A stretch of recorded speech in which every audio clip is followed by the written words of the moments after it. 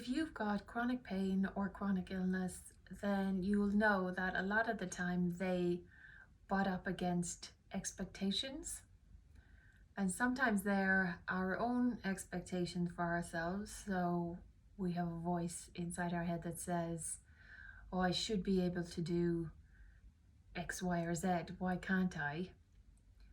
And other times it'll be other people's voices saying, oh, you should be able to go here, or you should be able to do that, or you should be able to do this. Like I saw in another video as well, some comments about the shame that goes with chronic illness and chronic pain, and that the person in the comment was saying, oh, I feel so ashamed about not being able to contribute to family life and work life the way that I used to be able to. I've been living with chronic pain and chronic illness for like 10 years, and so I thought I'd do this little video all about expectations and should, and how we can handle those situations when we encounter them, deal with them, overcome them. And I really hope that this video could be helpful for you.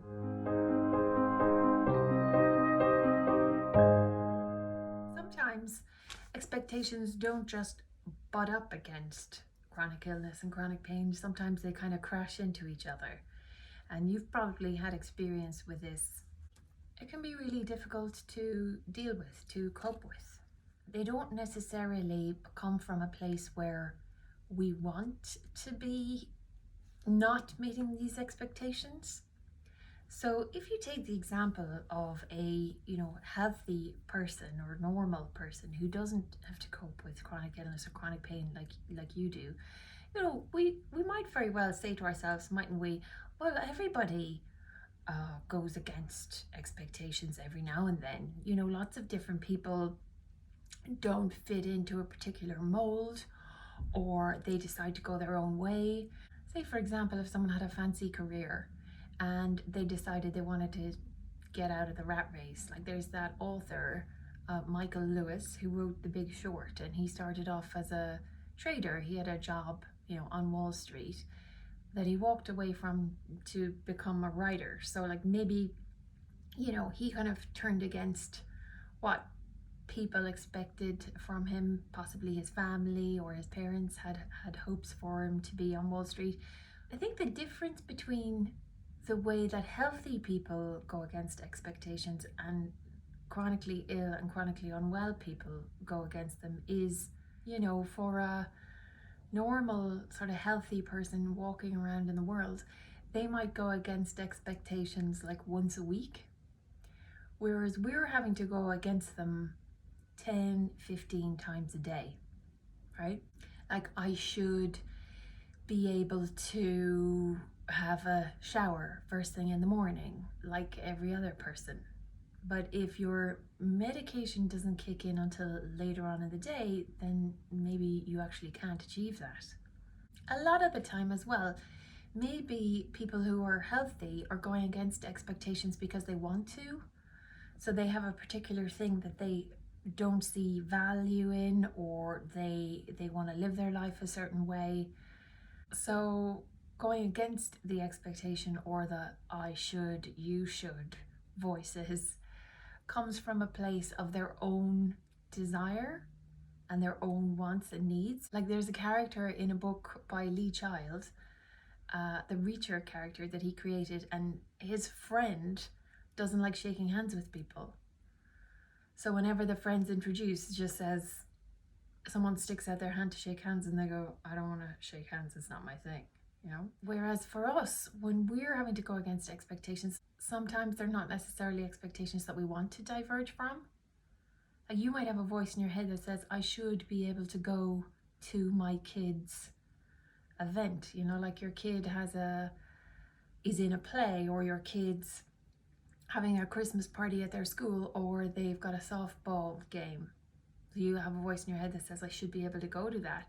But you also want to be able to go to that.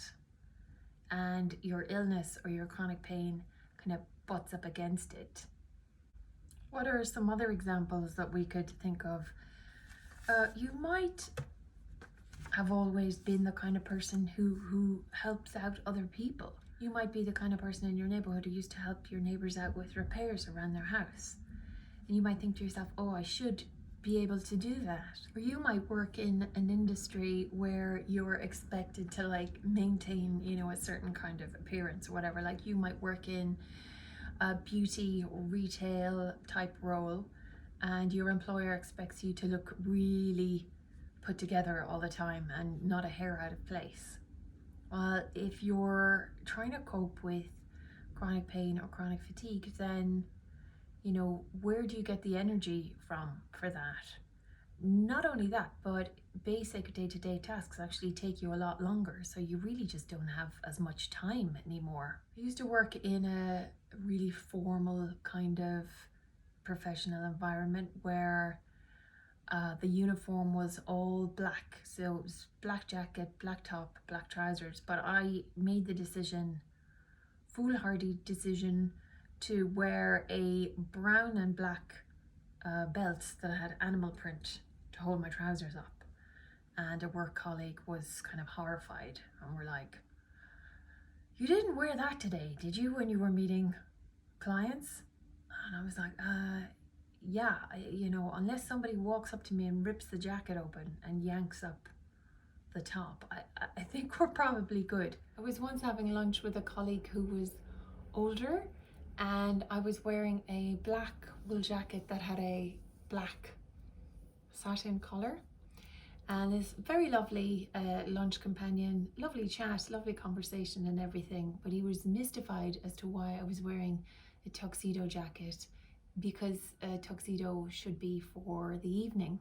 You know, he leant across the table to me and he said, but why are you wearing a tuxedo jacket at lunchtime? And I was like, well, you know, I think we just have to face the fact that I'm like dangerous, isn't it? I mean, I'm like a menace. You know, I'm like Mad Max crossed with V for Vendetta. I don't follow any rules, man. Oh, I'll do anything. Another example might be, you know, you might feel that you should be able to go to the supermarket and get groceries. Personally, a couple of years ago, I kicked that to the curb. I mainly just have groceries delivered now once a week, and it was one of the best decisions I've ever made. My expectation that I had in that situation before I went for deliveries was, oh, I shouldn't spend money on having groceries delivered because it's a waste and a luxury and a, you know, frippery. The thing about supermarkets when you have chronic pain or chronic fatigue is there's always that thing where you arrive and you're like, oh gosh, you know, oh, at least there isn't that much of a queue. You'll be able to get in and out real fast, and so you just go in and you get a few items, and then unfortunately when you get to the queue, there just so happens to be like 10 people ahead of you, and you have to try to stay standing holding a basket or, you know, pushing a trolley, whatever. And yeah, it's sort of bordering on cruel and unusual punishment, really. Now, if you are a person who enjoys the supermarket, then that's a whole different kettle of fish, isn't it? If you really want to go and you get like a kick out of it, you know, that could be something that you do to give yourself a little bit of a lift. But if it's more of a, you should be able to still do that voice, or I should be able to do that, why can't I do that? I think what we can try to do in these situations is recognize those voices and those situations as expectations, and then think about, you know, is it really right that I should put myself under that pressure to meet that when I'm really unwell or I'm really in a lot of pain? Like I saw in another video as well, some comments about the shame that goes with chronic illness and chronic pain, and that people, the person in the comment was saying, oh, I feel so ashamed about not being able to contribute to family life and work life the way that I used to be able to. And that is 100% like really common. like I've heard that a lot from other people in the situation. The best that we can do is to kind of recognize that feeling and notice it, and just take a minute if you can and be like, oh, hang on, there's that feeling again. And what do you have to be ashamed of? Nothing in reality. It's a perfectly natural feeling to have, because it is. You hear it a lot, in patient groups, and you see it a lot in the comments, but you're nothing to be ashamed of. You are doing the best that you can, and that's all that anyone can ask of you, really, and it's all you can ask of yourself.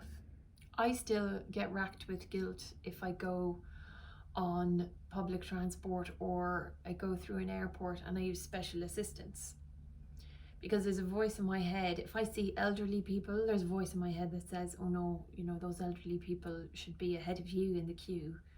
You shouldn't be using special assistance, and then them bringing you to the front of the queue ahead of people who are in their 70s. It just feels wrong.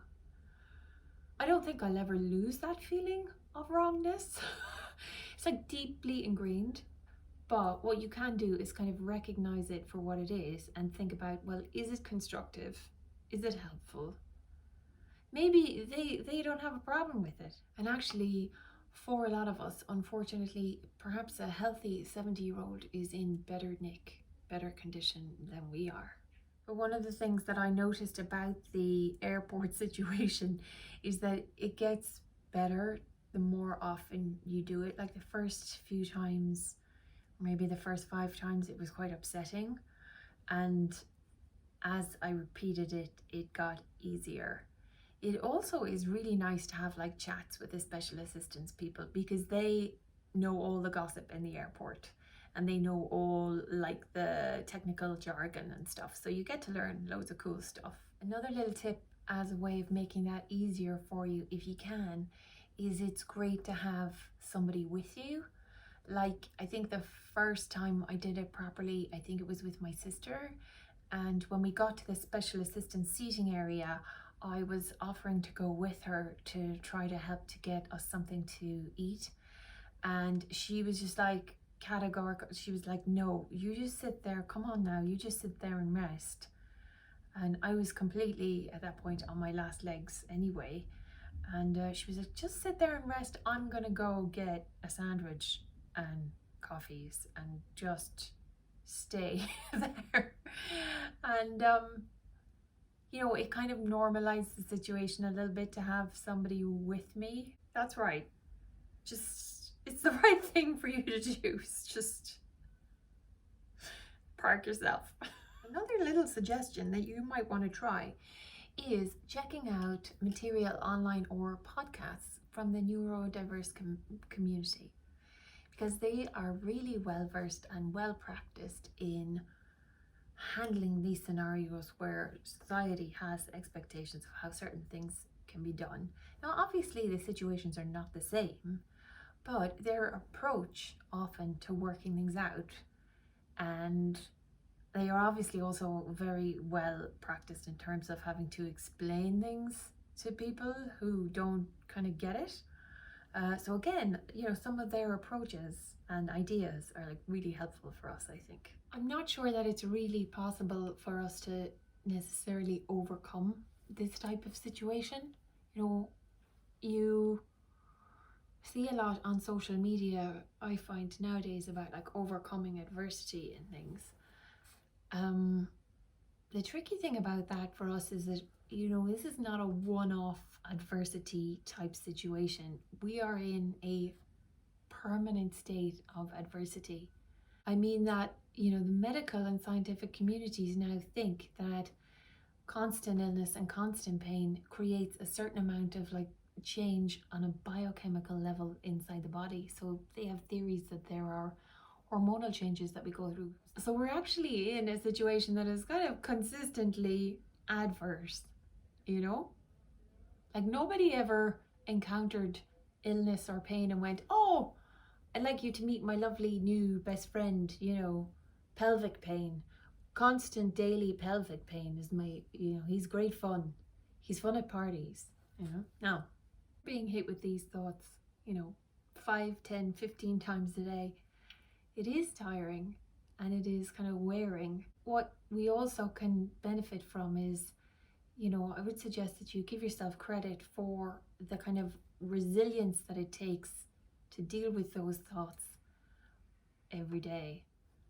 So those are my little suggestions about ways of coping with these expectations that we have for ourselves and that other people have for us. Recognizing these kinds of pressures is hard, but it does come with practice. So I'd really encourage you, give it a go if you can.